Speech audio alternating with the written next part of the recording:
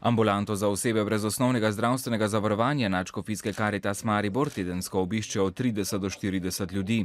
Njihovo število se je v zadnjega pol leta povečalo za 14%. Starejši ljudje, tudi otroci, največ begunci, tujci tudi zdaj vse več. Opaža pa se tudi porast tistih, ki so ali samozaposleni ali pa zaposleni, pa nimajo plačani tega osnovnega zdravstvenega zavarovanja.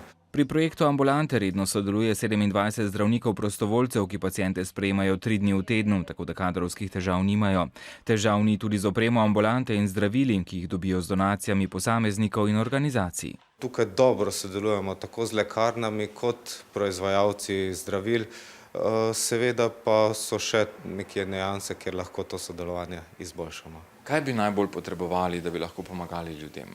Ja, sredstva, da bi se lahko več napotnic dalo, ker veliko pridejo v nosečnice in takšni nujni primeri, katerim pa ne moremo dati, ker ministrstvo ne more plačati in to je problem. Na specialistično zdravljenje tako lahko napotijo le osebe, katerih življenje je resno ogroženo. Sicer pa v ambulanti povečanje pacientov pričakujejo še jeseni, ko se bodo socialne stiske zaradi mnogih izdatkov še poglobile.